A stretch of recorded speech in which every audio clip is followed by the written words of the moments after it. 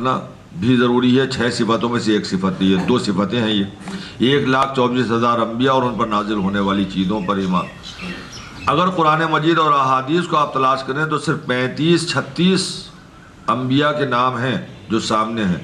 بقیہ نام جو ہے وہ صرف اس لیے ماننا ہے کہ سچے نبی نے کہا ہے کہ اللہ نے 1,24,000 بھیجے ہیں، لہذا چونکہ سچے نبی نے کہا ہے لہذا ہمیں اس بات کے اوپر پکا ایمان رکھنا ہے کہ 35-36 یا 1 2 10 20 نہیں بلکہ 1,24,000 انبیاء بہرحال آئے جنہوں نے کائنات میں اسلام کا پیغام لے کر آئے، اور حضور سرور کائنات نے یہ بتایا کہ اللہ نے دین اسلام کی تبلیغ کے لیے آدم کو علم دے کر بھیجا، نوح کو فہم دے کر بھیجا، عیسیٰ کو زہد دے کر بھیجا، ابراہیم کو خلت دے کر بھیجا، داؤد کو قوت دے کر بھیجا، یوسف کو جمال دے کر بھیجا، اور آخر میں حضور سرور کائنات کو کمال دے کر بھیجا۔ ہمارے نبی حضور سرور کائنات جب اس بزم کائنات میں تشریف لائے تو پوری دنیا میں کفر کی گھنگور گھٹائیں چھائی ہوئی تھیں، تاریکی کا دورہ تھا۔ ایسے نازک وقت میں حضور تشریف لائے تو اللہ نے پکار کے کہا وَمَا أَرْسَلْنَاكَ إِلَّا رَحْمَةً لِّلْعَالَمِينَ، اے میرے نبی میں تم کو عالمین کے واسطے رحمت بنا کر بھیج رہا ہوں۔ اور اس مختصر سے آیت میں عالمین کی عمومیت نے ہمیں یہ بتایا کہ حضور سرور کائنات صرف ہمارے لیے نبی بن کر نہیں آئے ہیں بلکہ اس کائنات کے ایک ایک ذرے کے لیے حضور رحمت بن کر آئے ہیں، یعنی مومن کے لیے بھی رحمت ہے اور منافق کے لیے بھی رحمت ہے اور کافر کے لیے بھی رحمت ہے۔ یہ نہیں ہے کہ حضور سے مومن کے لیے رحمت ہے، نہیں، رحمت للعالمین کہنے کا مطلب ہی یہ ہے کہ ہمارے نبی مومن کے لیے بھی رحمت ہے اور منافق کے لیے بھی رحمت ہے اور کافر کے لیے بھی رحمت ہے۔ یہ اور بات ہے کہ مومن کے لیے رحمت ہونے سے اور مطلب ہے، منافق کے لیے رحمت ہونے سے اور منشا ہے، اور کافر کے لیے رحمت ہونے سے اور مقصد ہے۔ مومن کے لیے رحمت اس طرح سے کہ کلمہ لا الہ الا اللہ کہ اس نے اسلام کو قبول کر لیا اور اپنے درجات کو بلند کر لیا، اور منافق کے لیے رحمت اس طرح سے کہ بظاہر کلمہ لا الہ الا اللہ پڑھنے کی وجہ سے اسلام کی کفر کش تلوار سے اس کی جان بچ گئی، اور کافر کے لیے رحمت اس طرح سے کہ اس کا وجود ہی پیغمبر اسلام کے صدقے میں زمین پر ہے کہ اگر حضور سرور کائنات نہ آئے ہوتے تو یہ زمین کا فرش نہ ہوتا، یہ آسمان کا شامیانہ نہ ہوتا، یہ ستاروں کے چراغ نہ ہوتے، یہ آفتاب و مہتاب کی قندیلیاں نہ ہوتی، یہ چمن کی بہاریں نہ ہوتی، یہ بہاروں میں رونقیں نہ ہوتی۔ اس لیے کہ اللہ نے کہا لولا لما خلقت الافلاق، اے محمد اگر میں تمہیں پیدا نہ کرتا تو کائنات کے کسی ذرے کو پیدا نہ کرتا، تو حضور پیدا نہ ہوتے تو کائنات کی کوئی شے پیدا نہ ہوتی، تو کافر کا وجود کہاں سے ہو جاتا؟ صلوات پڑھ دیں پر محمد وآل محمد۔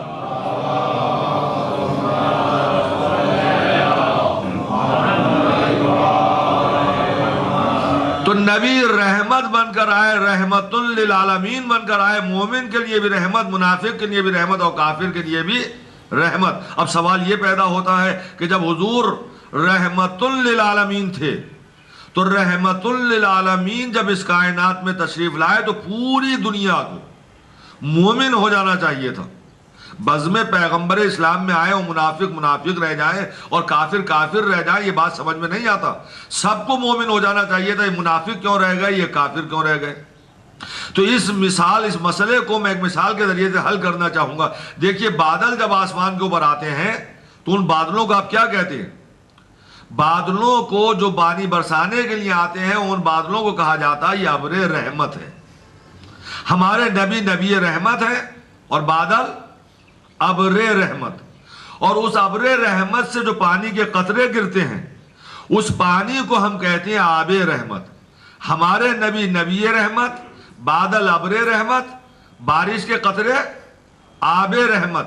اس آب رحمت کی خصوصیت یہ ہے کہ جس طرح سے یہ امیر دولت مند جاگیردار زمیندار کے محل پر گرتے ہیں اسی طریقے سے غریب کے جھونپڑے پر بھی گرتے ہیں۔ ایسا نہیں ہے کہ امیر کے محل کو تو سیراب کرتے ہوں اور غریب و فقیر کے جھونپڑے کو سوکھا رکھتے ہوں، نہیں، جیسے امیر کے محل پر گرتے ہیں، دولت مند کے محل پر گرتے ہیں، نواب اور شہنشاہ اور بادشاہ کے محل پر یہ بارش کے قطرے گرتے ہیں، ویسے ہی یہ غریب و فقیر کی جھونپڑی پر بھی گرتے ہیں۔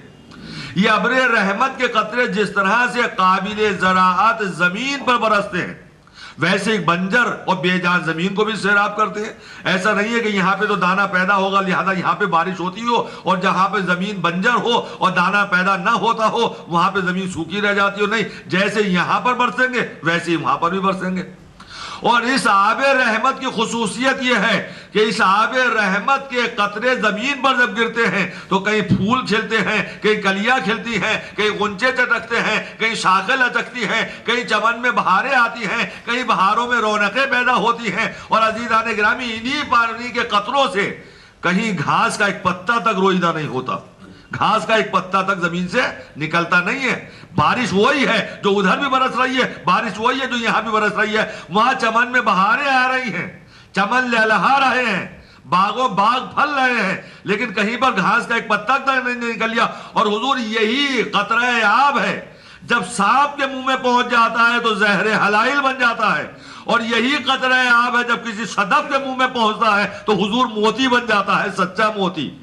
تو یہ موتی بنتا ہے، کہیں زہر حلائل بنتا ہے۔ معلوم یہ ہوا کہ ظرف بدل جانے سے خاصیت آب بدل جاتی ہے۔ اب نہ کہیے کہ بزم پیغمبر میں بیٹھنے کے بعد کوئی منافق کیوں رہا، کوئی کافر کیوں رہا، کوئی مومن کامل کیوں ہو گیا۔ ارے جیسا جس کا ظرف تھا، جیسا جس کا نفس تھا، اس نے فائدہ حاصل کر لیا۔ صلوات پڑھ دے بر محمد والے محمد۔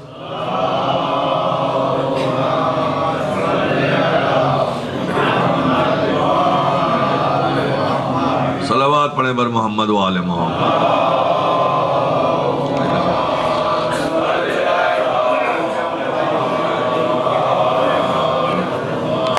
صلوات پڑھ دیں قرآن محمد صلی اللہ علیہ وسلم۔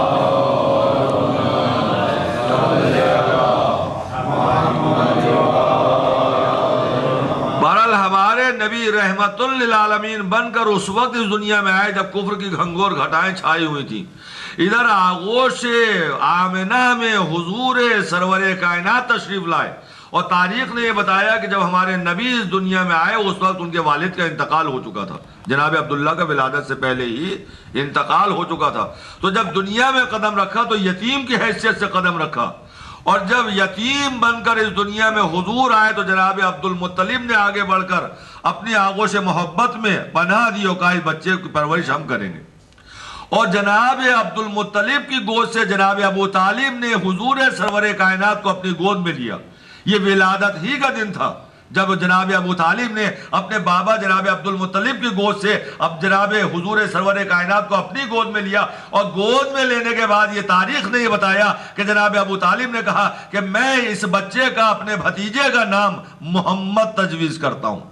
اور پورے اہل خاندان جو وہاں بیٹھے ہوئے تھے سب نے مل کے اس بات کو قبول کر لیا کہ بہت اچھا تم نے نام رکھا ہے۔ پورے خاندان والوں نے اس بات کو قبول کر لیا اور حضور کا نام محمد رکھا گیا۔ جناب ابو طالب نے نام رکھا۔ اب پوری معصومین کی تاریخ آپ اٹھا کر دیکھیں، پوری تاریخ اٹھا کر دیکھیں تو آپ کو معلوم یہ ہوگا جب فاطمہ بنت اسد علی کو لے کر خانہ کعبہ سے باہر آئیں اور حضور سرور کائنات کی گود میں علی آئے تو پوچھا چچی کہ آپ نے اپنے بچے کا نام کوئی تجویز کیا ہے؟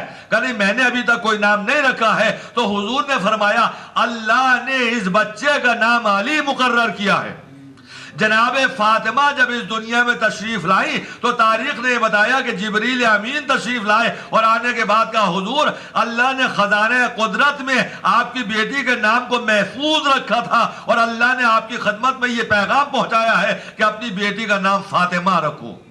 جب امام حسن کی ولادت ہوئی تو جناب فاطمہ زہرا نے مولا کائنات سے کہا بچے کا نام آپ رکھیے۔ مولا کائنات نے حضور سرور کائنات سے کہا اس بچے کا نام آپ رکھیے، اور حضور سرور کائنات کچھ دیر کے لیے خاموش ہوئے، گویا وحی کے منتظر ہوئے۔ جبریل امین آئے اور آنے کے بعد کہا حضور اللہ نے کہا اس بچے کا نام حسن رکھو۔ اسی طریقے سے جب حسین پیدا ہوئے تو جبریل نے آن کے کہا اللہ نے اس بچے کا نام حسین رکھا ہے۔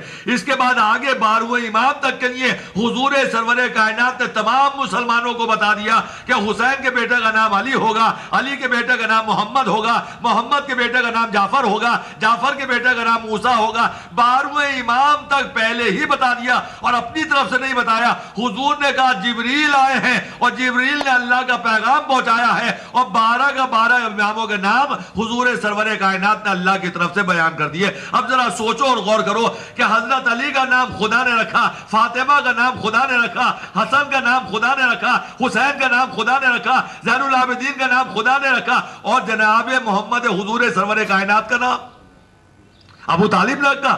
یعنی جو سرتاج انبیاء ان کا نام جناب ابو طالب نے رکھا۔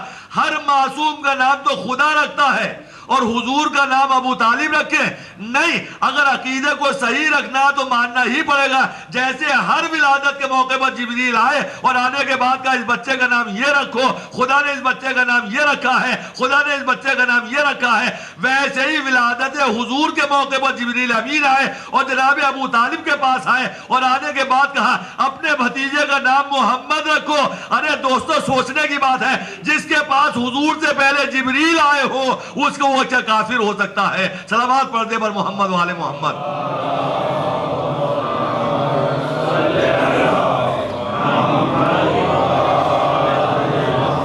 نبی کے پاس جبریل بعد میں آئے ہیں، ابو طالب کے پاس جبریل پہلے آئے ہیں، اور آنے کے بعد کا اس بچے کا نام محمد رکھو۔ اگر یہ مان لیا جائے کہ ابو طالب ہی نے نام رکھا تو ہر معصوم کا نام اس کا باپ یا چچا رکھنا چاہیے۔ ہر ایک کا نام تو اللہ نے رکھا اور حضور کا نام ابو طالب نے رکھا، نہیں ماننا ہی پڑے گا عقیدے کو درست کرنے کے لیے کہ جناب جبریل جناب ابو طالب کے پاس آئے اور کہا اپنے بھتیجے کا نام محمد رکھو، اللہ کا حکم ہے۔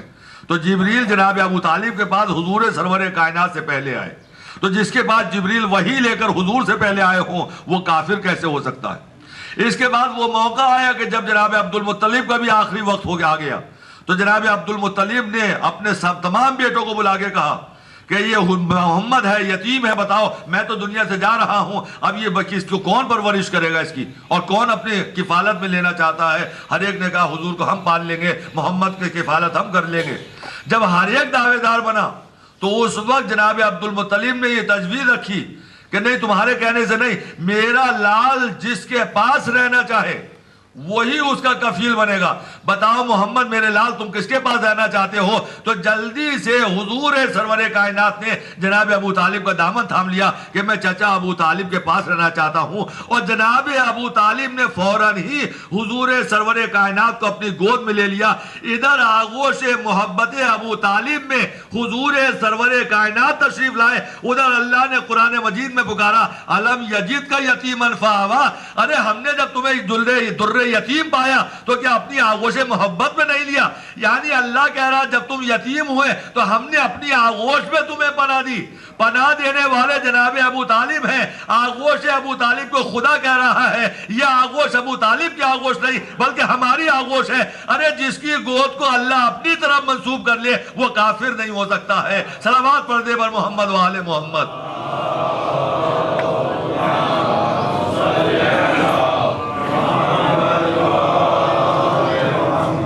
مگر جناب ابو طالب کے سلسلے میں آج اسلام کا کلمہ پڑھنے والے مسلمان ہی یہ آواز اٹھاتے ہیں کہ ابو طالب مومن نہیں تھے، مسلمان نہیں تھے، انہوں نے کلمہ نہیں پڑھا، اور وہی تاریخ وہی مسلمان اس بات کا اقرار بھی کرتے ہیں کہ جناب ابو طالب نے حضور سرور کائنات کی پرورش کی۔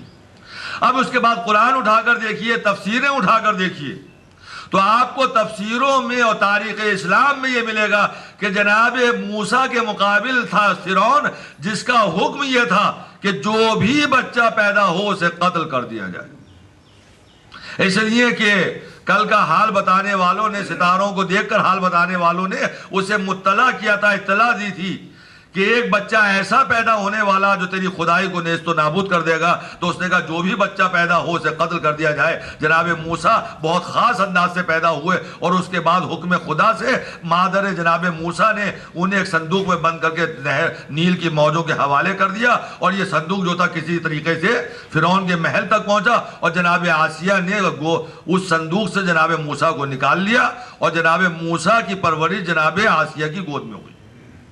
جناب آسیہ کے لیے احادیث میں ہے، قرآن مجید کی تفسیروں میں ہے کہ مومنہ تھی، بلکہ ایسی مومنہ تھی جن عورتوں کو اللہ نے اور قیامت تک کی عورتوں کا سردار بنایا ہے، ان عورتوں میں جناب آسیہ کا نام ہے کہ یہ عورتوں کی سردار ہے، قیامت تک کی عورتوں کی سردار۔ کس کی بیوی ہے؟ فرعون کی بیوی ہے، کافر ہے، خدا کے مقابلے پر اپنی خدائی کا دعویٰ کر رہا ہے۔ تو جب خدا کے مقابلے پر اپنی خدائی کا دعویٰ کرنے والا کافر اور آسیہ ہے اس کی بیوی ہے، مومنہ ہے، تو جناب آسیہ کو حکم خدا کی روشنی میں فرعون کا گھر چھوڑ دینا چاہیے تھا، کافر کے گھر کیوں نہیں؟ جب وہ کافر ہے، یہ خدا کو مانتی ہے، وہ خدا کا منکر ہے، یہ خدا کے سامنے سجدہ کرتی ہے، وہ خدائی کا خود دعویٰ کرتا ہے، یہ خدا کی عبادت کرتی ہے، وہ خود اپنی عبادت کراتا ہے، تو فرعون کے گھر میں رہی۔ میں کہوں گا آسیہ کیوں رہتی ہو کافر کے گھر میں؟ نجس کے محل میں کیوں رہتی ہو؟ محل چھوڑ کے چلی جاؤ۔ حکم خدا یہی ہے، اگر مرد مومن ہو، عورت کافرہ ہو تو مرد کو علیحدہ ہو جانا چاہیے، اگر عورت مومنہ ہو اور مرد کافر ہو جائے یا ہو تو عورت کو جدائی اختیار کر لینی چاہیے۔ تو اے آسیہ حکم خدا پر عمل کرو۔ فرعون کے محل میں کیوں رہتی ہو؟ کہا اگر میں فرعون کے گھر سے چلی جاؤں گی تو موسیٰ کی پرورش کرے گا کون؟ اگر میں چلی جاؤں گی اور موسیٰ یہاں آئیں گے تو موسیٰ کی پرورش فرعون کی گود میں ہوگی، اور ایک معصوم نبی کی پرورش آغوش کافر میں ہو، یہ خدا کو گوارا نہیں ہے۔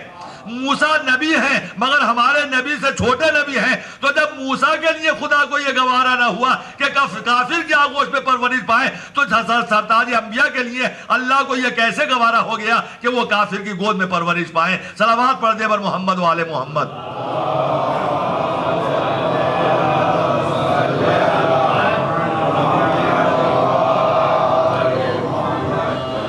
کیسے گوارا ہوا؟ اس لیے کہ جناب موسیٰ کے لیے تو اللہ نے کہا کہ فرعون کی گود میں پرورش نہیں ہونی چاہیے، بلکہ آسیہ کو رکھا محل میں اس لیے تاکہ موسیٰ کی پرورش آسیہ جیسی مومنہ کی گود میں ہو۔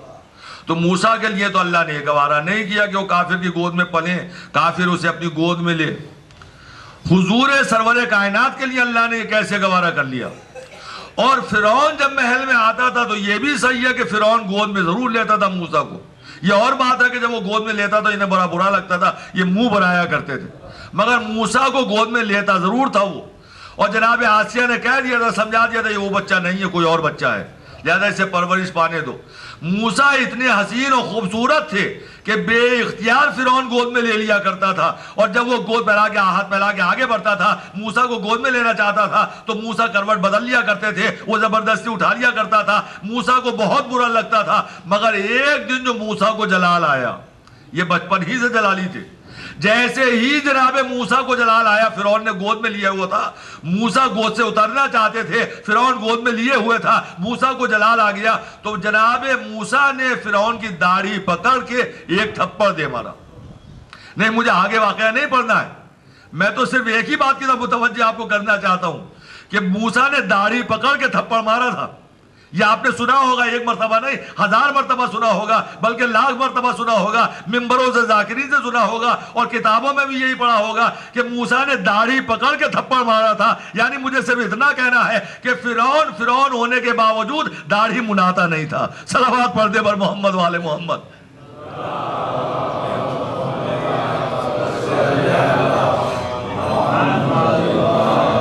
اور اس سے بہتر صلوات پڑھیں بر محمد و آل محمد۔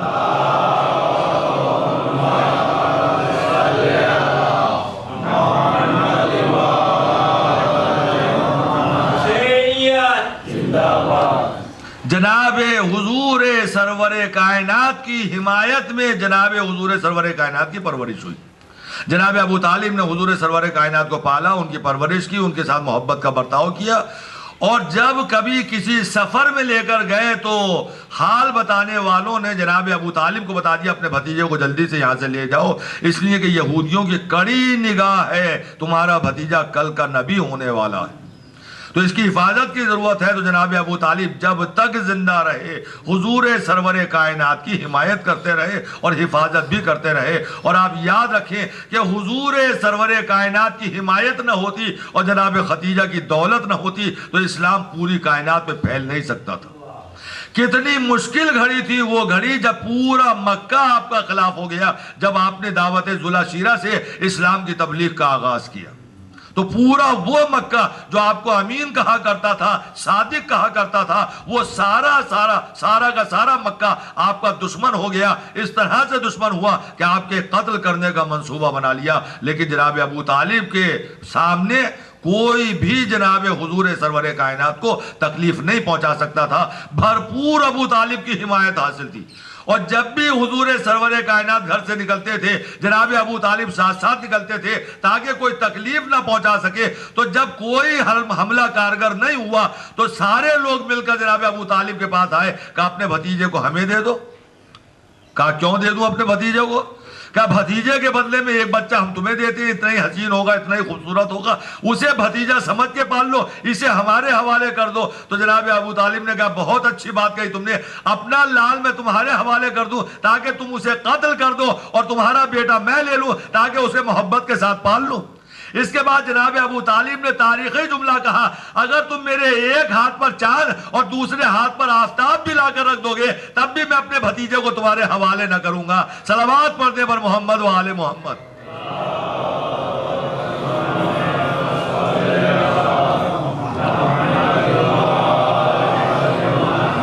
اتنی بھرپور حمایت کرنے کے باوجود آج مسلمان کہتے ہیں کہ ابو طالب معاذ اللہ کافر تھے، مسلمان نہیں تھے، اور ان کا آخری ٹھکانہ جہنم ہے، وہ جنت میں نہیں جا سکتے۔ چلیے ہم اس بات کو تسلیم کیے لیتے ہیں، مگر جب بات آگے بڑھتی ہے ممبروں سے گفتگو کو یہاں تک پہنچاتے ہیں کہ یزید کافر تھا، یزید منافق تھا، یزید نجس تھا، اس نے حضور سرور کائنات کے نواسے کو 3 دن کا بھوکا پیاسا کربلا کے میدان میں قتل کیا ہے، اس پر تبرہ بھی کرنا چاہیے، اس سے برا بھلا بھی کہنا چاہیے، اس پر لعنت بھی کرنی چاہیے۔ تو وہی مسلمان جو ابو طالب کو جہنم تک پہنچا دیتے ہیں وہ یزید کی حمایت میں آگے کھڑے ہو جاتے ہیں۔ کہا ٹھیک ہے کہ یزید نے بہت برا کیا، بہت برا کیا، بہت برا کیا۔ دیکھیے کہنے کا انداز بہت اچھا ہے، کہا یزید نے بہت برا کیا ہم مانتے ہیں، مگر تم یہ بھی تو قبول کرتے ہو کہ حسین کریم ابن کریم ہے۔ کہا تمہارے مولا حسین کریم ہے، کریم ابن کریم ہے۔ اگر اور اللہ رحمان ہے، رحیم ہے اور غفور ہے، اگر کل کو یزید آپ کے مولا حسین کے سامنے ہاتھ جوڑ کے کھڑا ہو جائے اور آگے کہے کہ مولا مجھ سے غلطی ہو گئی، مجھے معاف کر دیجیے، تو حسین چونکہ کریم ابن کریم ہیں، رحمت للعالمین کے نواسے ہیں، لہذا حسین سے بعید نہیں ہے کہ وہ معاف کر دیں۔ اور حسین کہیں گے ٹھیک ہے جب میں نے تجھے معاف کر دیا، اور جب حسین معاف کر دیں گے تو خدا تو رحمان و رحیم و غفور ہے ہی، وہ بھی کہے گا میرے حسین جب تو نے یزید کو معاف کر دیا تو میں نے بھی یزید کو معاف کر دیا۔ تو سوچو یزید کو تو معافی مل جائے گی، وہ جہنم سے جنت کی طرف چلا جائے گا، تم جو گالیاں دے رہے ہو، برا بھلا کہہ رہے ہو، یزید پر لعنت پڑھ رہے ہو، تمہارا کیا ہوگا؟ یہ ہم سے کہا جاتا ہے کریم ابن کریم مولا اسے معاف کر دیں گے، وہ جنت میں چلا جائے گا، یزید کو برا کہنے والوں کا برا کہنا کس کھاتے میں لکھا جائے گا؟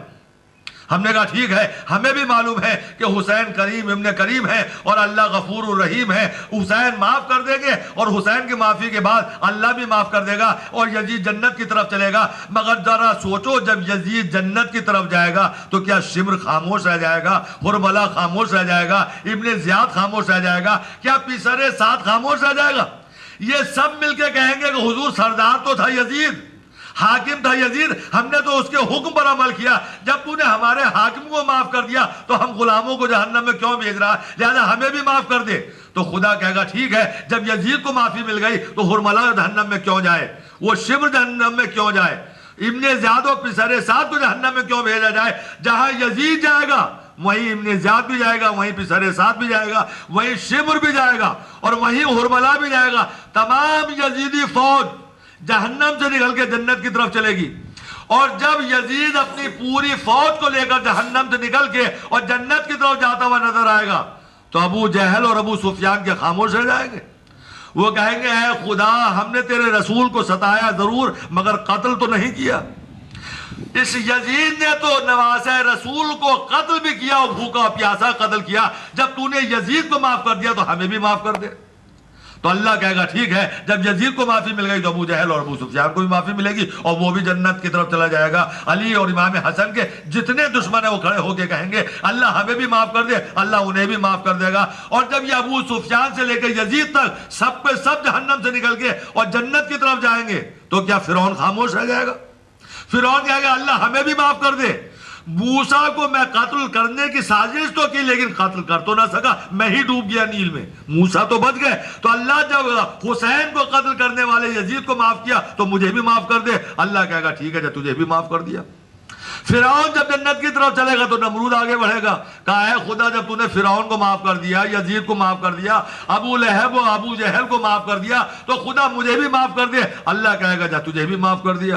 اور جب نمرود جنت میں، فرعون جنت میں، ابو سفیان و ابو لہب، ابو جہل جنت میں، یزید و شمر و حرملہ جنت میں، تو ان سب کا جو استاد ہے وہ کیا خاموش رہ جائے گا؟ وہ آگے بڑھ کے کہے گا اے خدا سارے چیلے جنت میں چلے گئے، استاد کو جنت میں جہنم میں کیوں بھیج رہا ہے؟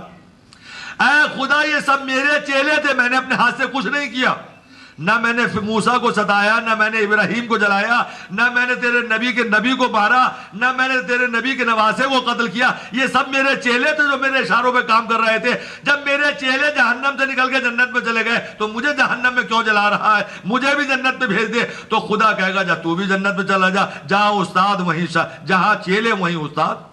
تو جب یہ پوری کی پوری شیطانی ٹولی جنت میں چلی جائے گی تو ذرا سوچو اور غور کرو، جنت میں شیطان ہے، جنت میں نمرود ہے، جنت میں فرعون ہے، جنت میں ابو لہب ہے، جنت میں ابو جہل ہے، جنت میں یزید ہے، جنت میں حرملہ ہے، جنت میں شمر ہے، جنہوں نے رسول کے نواسے کو ستایا، جنہوں نے حضور سرور کائنات کو ستایا، جنہوں نے علی اور حسن کو قتل کیا، جنہوں نے موسیٰ کو ستایا، جنہوں نے ابراہیم کو ستایا، وہ سب پہ سب جنت میں۔ اور ابو طالب جنہوں نے اب حضور سرور کائنات کو پالا، جنہوں نے حضور سرور کائنات کی حفاظت کی، جنہوں نے حضور سرور کائنات اللہ کے سچے نبی کو پالا، وہ جہنم میں جائے۔ میں ہاتھ جوڑ کے کہوں گا اے خدا مجھے وہ جنت نہیں چاہیے جس میں شیطان اپنے چیلوں کے ساتھ ہے، مجھے اس جہنم میں بھیج دے جس میں تو نے ابو طالب کو رکھا ہے۔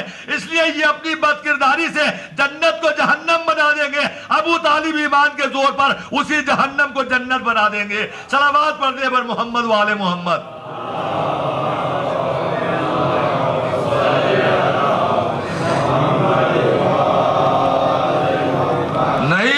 ہمیں وہ جنت جس میں یزید ہو، عمر ہو، یزید ہو، نمرود ہو، فرعون ہو، ابو جہل ہو، ابو لہب ہو، ہمیں وہ جہنم پسند ہے جس میں ابو طالب کو رکھا جائے۔ اس لیے کہ ابو طالب کا ایمان اتنا بلند ایمان ہے کہ وہ جہنم کو بھی جنت بنا دیں گے اور یہ کمبخت و جنت کو بھی جہنم بنا کے رکھ دیں۔ ہم بات جب پہنچتی ہے کربلا تک، یزید تک اور حسین تک، تو ہم کہتے ہیں حسین نے کربلا کے میدان میں عظیم قربانیاں دے کر اسلام کو بچایا۔ دنیا میں ایک عظیم ترین انسان کا نام حسین ہے، تو ہم سے کہا جاتا ہے حسین بہت بلند ہے، حسین بہت بلند ہے۔ اگر کربلا میں قربانیاں نہ دیتے تو اسلام کا نام و نشان مٹ جاتا۔ اسلام کو بچانے والے کا نام ہے حسین۔ تو کہا یہ جاتا ہے کہ آپ یہ بھی سمجھے حسین نے اتنا بلند کارنامہ کیوں انجام دے دیا؟ ہم نے کہا آپ ہی بتائیے، ہم تو کہتے ہیں حسین نے کارنامہ انجام دیا۔ کہا یہ تو سوچو حسین نے کارنامہ انجام کیوں دیا؟ ہم نے کہا کیوں انجام دیا آپ ہی بتا دیجئے۔ کہا انہوں نے آغوش حضور سرور کائنات میں پرورش پائی تھی، تو یہ آغوش کا اثر تھا جس کی وجہ سے حسین حسین بن گئے۔ آغوش محمد میں پرورش پائی اس لیے حسین حسین بن گئے۔ تو ہمیں کہنے دیجئے جو بھی بچہ جس گود میں پرورش پائے اس کی ساری خوبیاں اس گوشت کی طرح، آغوش کی طرف، اس گود کی طرف منتقل ہو جاتی ہیں، تو برائیاں بھی اسی گود کی طرف منتقل ہونی چاہیے کہ جس گود میں اس نے پرورش پائی ہو۔ ہمیں کہنے دیجئے کہ حسین حسین بن گئے آغوش محمد میں پرورش پانے کے بعد، اور محمد محمد بن گئے آغوش ابو طالب میں پرورش پانے کے بعد۔ اس لیے ہمیں یہ کہنے کا حق ہے جب آغوشی کی طرف سارے صفات منتقل ہو جاتے ہیں، تو جب تم یہ کہتے ہو کہ حسین حسین بن گئے آغوش محمد میں پرورش پانے کے بعد، تو ہمیں کہنے کا موقع ہے کہ محمد محمد بن گئے آغوش ابو طالب میں پرورش پانے کے بعد۔ اور جب خوبیاں منتقل ہوتی ہیں گود کی طرف تو برائیاں بھی منتقل ہوں گی گود ہی کی طرف۔ تو جب یزید نجس تھا، کتوں سے کھیلا کرتا تھا، نماز پڑھتا نہیں تھا، روزہ رکھتا نہیں تھا، جوا کھیلتا تھا، شراب پیتا تھا، اس میں جتنی برائیاں تھیں یہ ساری برائیاں اس آغوش کی طرف منتقل ہونی چاہیے جس آغوش میں یزید نے پرورش پائی تھی۔ صلوات پڑھ دے پر محمد و آل محمد۔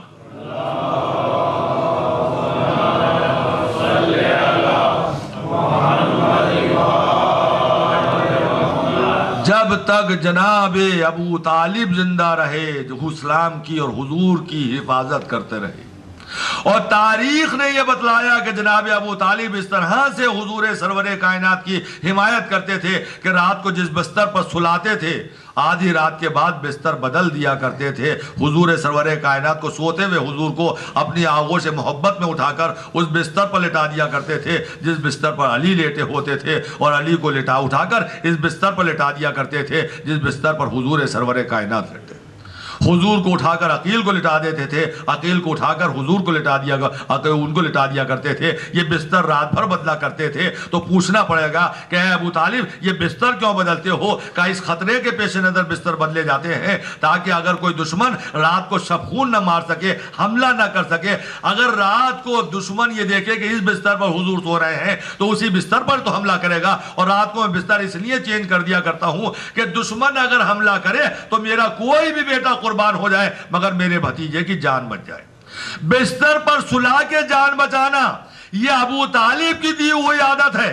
اب دیکھیے شب ہجرت جب مولا کائنات بستر پر لیٹے اور اللہ نے جبریل اور میکائیل کو بھیجا کہ جاؤ ورق کائنات پہ جاؤ اور سرانے و پائنتی کھڑے ہو کر علی کی تعریف کرو، علی کے فضائل بیان کرو، تو انہوں نے آنے کے بعد کیا کہا؟ کہا بخن لکا یبن ابی طالب، اے ابو طالب کے بیٹے مبارک ہو، ابو طالب کے بیٹے مبارک ہو۔ میں کہوں گا جبریل یا ابو طالب کا ذکر کیوں؟ کہا اے علی مبارک ہو، اے حیدر کرار مبارک ہو، اے رسول کے بھائی مبارک ہو۔ یہ شب ہجرت ابو طالب کو یاد کیوں کیا؟ کیوں کہا اے علی کے، اے ابو طالب کے بیٹے؟ کہو حسن کے باپ مبارک ہو، اے حسین کے باپ مبارک ہو۔ یہ کیوں کہا ابو طالب کے بیٹے مبارک ہو، ابو طالب کے؟ آج کی رات ابو طالب کا ذکر کیوں کیا؟ کہا تمہیں تاریخ یاد نہیں؟ بستر پر لیٹ کر حضور کی جان بچانا یہ ابو طالب کی ڈالی ہوئی عادت ہے، اور آج علی اسی عادت پر عمل کر رہے ہیں۔ صلوات پڑھ دے بر محمد و آل محمد۔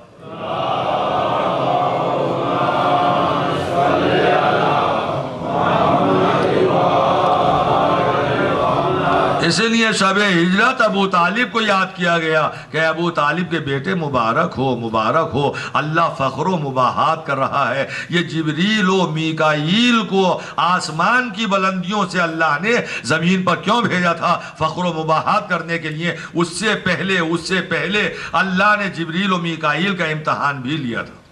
جب مولا کائنات اپنے باپ کی ڈالی ہوئی عادت کے مطابق بستر پر لیٹ کر حضور کی جان بچا رہے تھے تو اس وقت اللہ نے آسمان کی بلندیوں پر جبریل و میکائیل سے ایک سوال پوچھا تھا کہ تم دونوں کو ہم نے بھائی بھائی مقرر کیا ہے؟ دونوں نے کہا ہاں اللہ تو نے ہمیں بھائی بھائی مقرر کیا ہے۔ کہا یہ بات تو تمہیں معلوم ہے مگر دوسری بات تم کو معلوم نہیں ہے، تم میں سے دونوں کی عمر برابر نہیں ہے۔ تم دونوں بھائی ضرور ہو مگر عمر دونوں کی برابر نہیں ہے، ایک کی عمر زیادہ ہے اور دوسرے کی کم ہے۔ ایک کی عمر زیادہ ہے دوسرے کی کم ہے۔ کس کی زیادہ ہے اور کس کی کم ہے نہ جبریل کو معلوم ہے نہ میکائیل کو معلوم ہے۔ یہ دونوں کو معلوم ہے ہم دونوں بھائی ہیں، لیکن عمر کس کی زیادہ ہے کس کی کم ہے، کون پہلے مرے گا کون بعد میں مرے گا، جبریل کی موت پہلے آئے گی میکائیل بعد میں مریں گے، یا میکائیل کی موت پہلے آئے گی اور جبریل بعد تک زندہ رہیں گے، یہ نہ جبریل کو معلوم نہ میکائیل کو معلوم، یہ صرف اللہ کو معلوم۔ اللہ نے کہا تمہیں نہیں معلوم، تم میں سے ایک کی عمر زیادہ دوسرے کی کم ہے، میں تمہارا امتحان یہ لینا چاہتا ہوں کہ اپنی زائد عمر کو اپنے بھائی پر قربان کر دو۔ کون ہے تم میں سے ایسا؟ اب چونکہ دونوں میں سے کسی کو نہیں معلوم تھا کس کی عمر زیادہ ہے، لہذا دونوں کے امتحان تھا، دونوں کا امتحان تھا، امتحان کی منزل میں تھے۔ بتاؤ جبریل تمہاری اگر 10 سال عمر زیادہ ہو تو اپنی 10 سال عمر اپنے بھائی کو دو گے، یعنی 10 سال پہلے مرنا قبول ہے؟ اے میکائیل اگر تمہاری عمر 10 سال زیادہ ہو تو اپنی 10 سالہ عمر کو اپنے بھائی جبریل کو دے دو، یعنی 10 سال پہلے مرنے کے لیے آمادہ ہو۔ اللہ معصوم بزم میں پوچھ رہا ہے وقت سے پہلے مرنے کے لیے کون تیار ہے؟ وہ معصوم کی بزم تھی۔ آج ہم اس دور میں جو حضور سرور کائنات کی نبوت کا کلمہ پڑھنے والے ہیں، میں اگر یہ سوال آپ لوگوں سے کروں بتاؤ تم میں سے کوئی ہے جو وقت سے پہلے مرنے کے لیے آمادہ ہو؟ تو کوئی بھی آدمی یہ کہنے کے لیے تیار نہیں ہے کہ مولانا ہم مرنے کے لیے تیار ہیں۔ اور کتنی تمنائیں ہیں آدمی کی، مرنے کے لیے تیار نہیں ہے. آپ یہ کم سے 10 سالہ بچے سے پوچھئے, بچے کیا تمہارا مرنے کا ارادہ ہے؟ کہا دیکھیے ابھی تو ہم بہت چھوٹے ہیں, کم سن ہیں, ابھی اسکول جاتے ہیں, ابھی آپ مرنے کی باتیں کر رہے ہیں, ابھی تو ہم کالج بھی نہیں گئے ہیں, ابھی ہم یونیورسٹی نہیں گئے ہیں, ابھی پڑھنے تو دیجئے, مرنے کی باتیں کہاں سے ہونے لگی؟ اور یہی بچہ کالج پاس کرنے کے بعد یونیورسٹی میں پہنچا, وہاں سے آخری ڈگری بھی مل گئی. ہم نے کہا بیٹا اب تو پڑھ لکھ کے قابل ہو گئے, تمہیں ڈگری بھی مل گئی ہے, اب مرنے کے بارے میں سوچو کیا ارادہ ہے؟ کہا ابھی تو ڈگری ملی ہے, ابھی اچھی نوکری تو مل جائے, کوئی تجارت کر لیں, کوئی کاروبار کر لیں جس کی وجہ سے پیسہ ملے. اتنی محنت کر کے پڑھے ہیں تو اس کا پھل بھی تو ملنا چاہیے. کچھ دن کے بعد اچھی نوکری مل گئی, بہت اچھی تنخواہ ملنے لگی. ہم نے کہا آپ کیا مرنے کے بارے میں کیا سوچا ہے؟ کہا ابھی تو صرف نوکری ملی ہے, پیسہ جمع کر کے اپنا کاروبار کریں گے تاکہ زیادہ سے زیادہ دولت جمع کر سکیں. لیجئے ایک موقع ایسا آیا کہ انہوں نے کاروبار بھی کر لیا, فیکٹری لگ گئی, کارخانہ لگ گیا, سارا کاروبار پھیل گیا. اور جب پیسہ ہو گیا, ہم نے کہا اب تو کارخانہ بھی ماشاءاللہ لگ گیا, پیسہ بھی ہو گیا, دولت بھی ہو گئی, گھر بھی بنا لیا, گاڑی بھی ہے, سب کچھ ہے ماشاءاللہ, اب مرنے کے بارے میں سوچو. کہا مولانا ابھی کاروبار میں ترقی کر کے پیسہ کمایا, اب ذرا آگے کو نسل بڑھنے کے لیے شادی بھی تو ہونے دیجیے.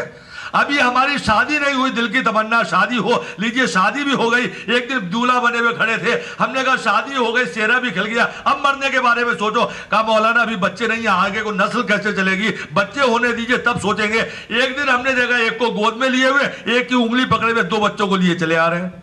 ہم نے کہا ماشاءاللہ 2 بچوں کے باپ بن گئے, اب مرنے کے بارے میں سوچ لو.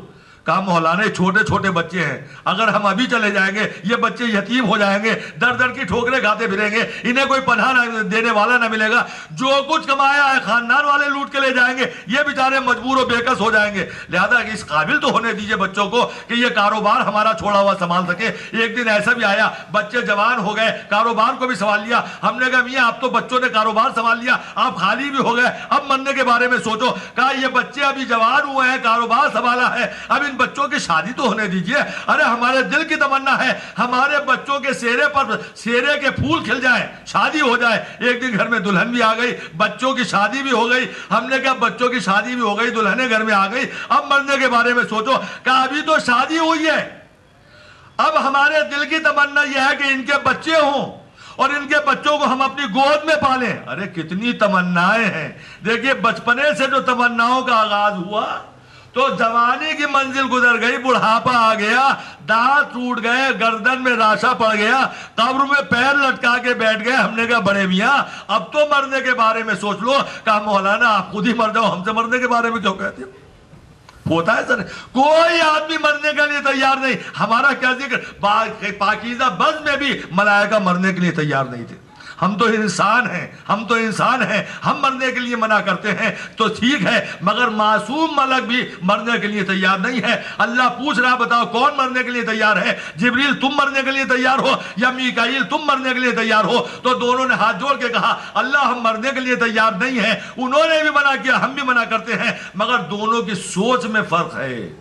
میرے دوستو سوچو, معصوم کے نقش قدم پر چلو.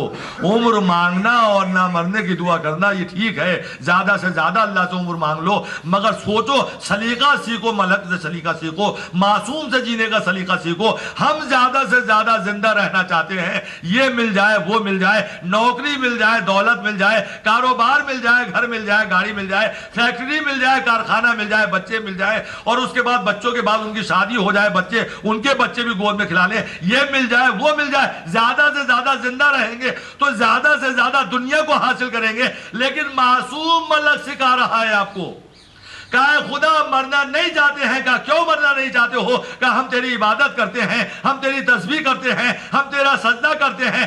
اللہ اگر وقت سے پہلے مر جائیں گے تو اتنی عبادت کم کریں گے, جتنا زیادہ زندہ رہیں گے اتنی زیادہ تیری عبادت کریں گے. تو معصوم ملک ہمیں بتا رہا ہے اللہ سے عمر نو مانگ لو, مگر یہ کہو کہ اللہ جتنا زیادہ زندہ رہیں گے اتنی ہی زیادہ عبادت کریں گے. تو دنیا حاصل کرنے کے لیے زندگی نہ مانگو, بلکہ اللہ کی عبادت کرنے کے لیے زندگی مانگو. صلوات پڑھ دے پر محمد و آل محمد.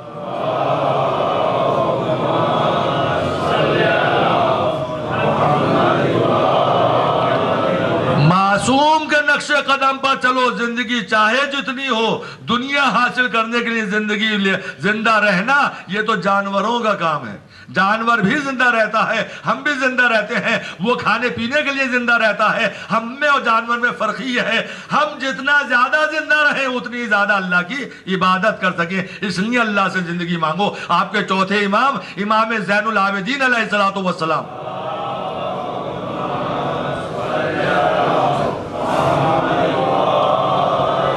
چوتھے امام نے جینے کا سلیقہ بتایا اور کہا اللہ سے دعا مانگو، زندگی کی دعا مانگو۔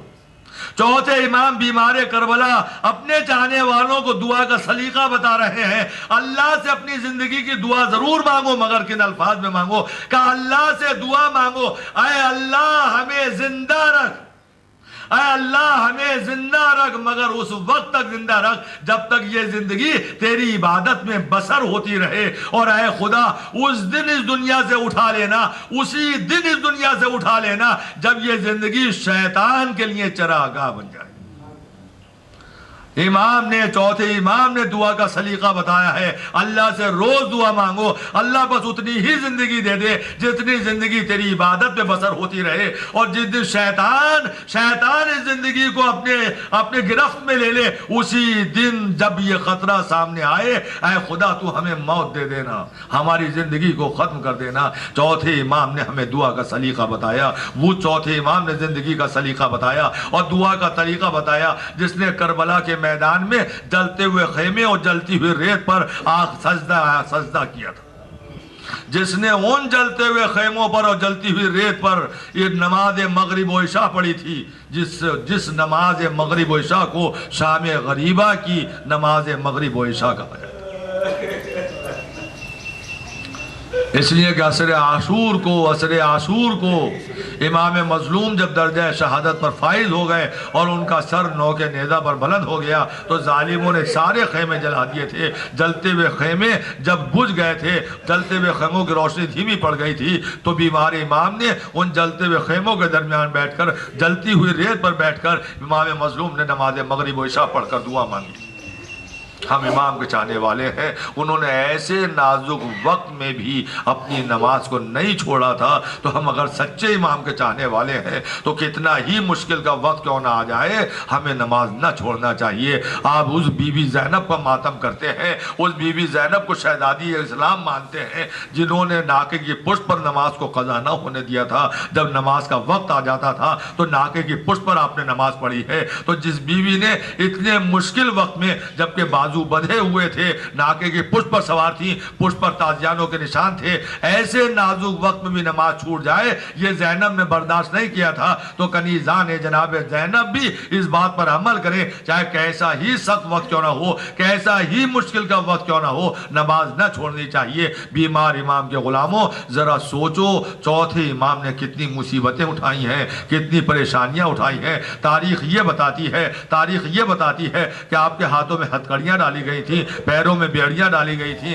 گلے میں خاردار توق ڈالا گیا تھا۔ یہ توق کیسا تھا؟ آپ نے 1000 مرتبہ سنا ہے کہ خاردار توق ڈالا گیا تھا، مگر سوچو دوستو، یہ توق خاص طور پر تیار کیا گیا تھا۔ اس توق میں کیلیں لگائی گئی تھی، ان کیلوں کی نوکیں بیمار امام کی گردن پر رکھی ہوئی تھی۔ اس توق سے ایک زنجیر لٹکی ہوئی تھی، اس زنجیر میں بہت وزنی لوہا لٹکایا گیا تھا۔ ارے میرا بیمار امام، ارے میرا مظلوم امام، ارے کربلا کا بیمار امام اس لوہے کو اپنے ہاتھوں میں اٹھائے رکھتا تھا، مگر جب بے اختیار تازیانہ پشت پر مارا جاتا تھا تو بے اختیار ہاتھوں سے یہ لوہا چھوٹ جاتا تھا، اور جب یہ وزنی لوہا ہاتھوں سے چھوٹ جاتا تھا تو اس کے وزن کی وجہ سے گلے میں خاردار توق کی کیلوں کی نوکیں گلے میں چپ جاتی تھی، جس کی وجہ سے خون جاری ہو جاتا تھا۔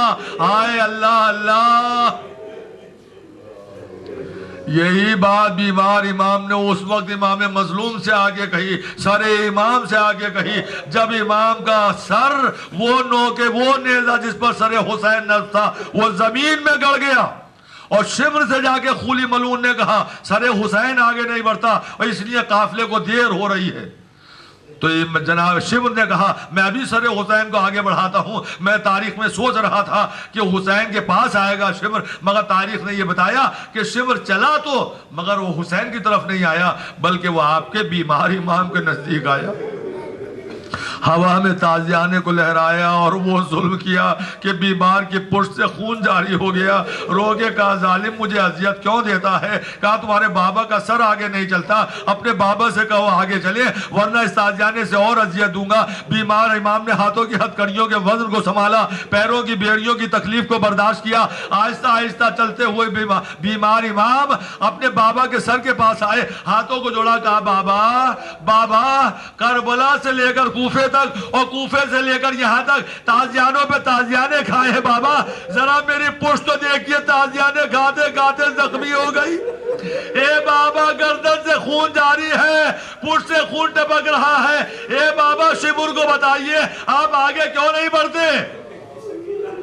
حسین کے کٹے ہوئے سر سے سوکھی ہوئی گردن سے آواز آئی، ارے میرے لال، میرے سینے پر سونے والی سکینہ راہ کوفہ میں گر گئی، جب تک میری بیٹی سکینہ نہیں آئے گی آگے قافلہ نہ چلے گا۔ شیور نے کہا جاؤ جلدی سے جاؤ اور اپنی بہن کو تلاش کرو۔ بیمار امام جناب زینب کے پاس آئے، ہاتھوں کو جوڑا، کہا پھوپھی اماں اتنے تازیانے کھائے ہیں کہ آپ کے بھتیجے میں چلنے کی طاقت نہیں ہے۔ بھوک اور پیاس اور تازیانوں کی تکلیف کی وجہ سے آپ کا بھتیجا اتنا ضعیف اور ناتما ہو گیا کہ سکینہ کو تلاش کرنے کے لیے جنگل میں نہیں جا سکتا۔ پھوپھی اماں جائیے اور سکینہ کو تلاش کر لائیے، اور پھوپھی اماں جلدی لائیے گا، اس لیے کہ شمر یہ کہہ رہا ہے کہ جب تک سکینہ نہ آئے گی میں تازیانوں سے اذیت ہوں گا۔ اور فاطمہ کی بیٹی اپنی جگہ سے اٹھی، سکینہ کو تلاش کرنے کے لیے جنگل میں آ گئی۔ خون کا عالم ہے، سناٹا ہے، رسول کی نواسی تنہا ہے۔ ایک مرتبہ مدینے کا رخ کیا، نانا رسول خدا، بقی کا رخ کیا ماں فاطمہ زہرا، نجف کا رخ کیا بابا آپ تو مشکل کشائے زمانہ ہے، بابا میری مشکل کشائی کو آئیے۔ ماں آپ کی بیٹی سرور ہے نا جنگل میں آئی ہے، سکینہ کہتی بھی آگے بڑھی، کیا دیکھا ایک نقاب پوش بی بی بیٹھی ہے، سکینہ کو پیار کر رہی ہے۔ ایک مرتبہ زینب نے ہاتھوں کو جوڑا، اے بی بی تم نے اس بچی پر رحم کھایا جس کے بابا کی شہادت کے بعد کسی نے اس کے رخساروں پر تماچے مارے، کسی نے کانوں سے گوشوارے چھینے۔ ایک مرتبہ بی بی نے چہرے سے نقاب کو ہٹایا، ارے زینب میں تیری ماں فاطمہ زہرا ہوں، اپنی بیٹی سکینہ کو گود میں لیے۔ ایک مرتبہ زینب نے خود کو گرایا، اب آپ آئی ہو، ہمارا گھر اجڑ گیا، بھائیا مارے گئے، آئے ہماری بے کسی، سر برہنہ ہوں، بازار کوفہ ہے، تماشائیوں کا مجمع ہے، سیعلم الذین ظلموا ایام منقلب ینقلبون علی القوم الظالمین رضاً بقضائہ و تسلیما لامرہ۔ الہی بحق زہرا، الہی بحق زہرا، الہی بحق زہرا، الہی چاردہ معصومین کا واسطہ ہماری اس مختصر سے مجلس کو قبول فرما، پالنے والے ہمیں سیرت ائمہ معصومین پر چلنے کی توفیق عطا فرما، پالنے والے ہمیں جو غریب ہیں ان کی غربت کو دور فرما، جو پریشان حال ہیں ان کی پریشانی کو دور فرما، جو مریض ہیں انہیں صحت و شفا عطا فرما، شیعان حیدر کرار کی حفاظت فرما، امام زمانہ کا ظہور جلد از جلد فرما، ہمیں ان کے آوان و انصار میں شامل فرما۔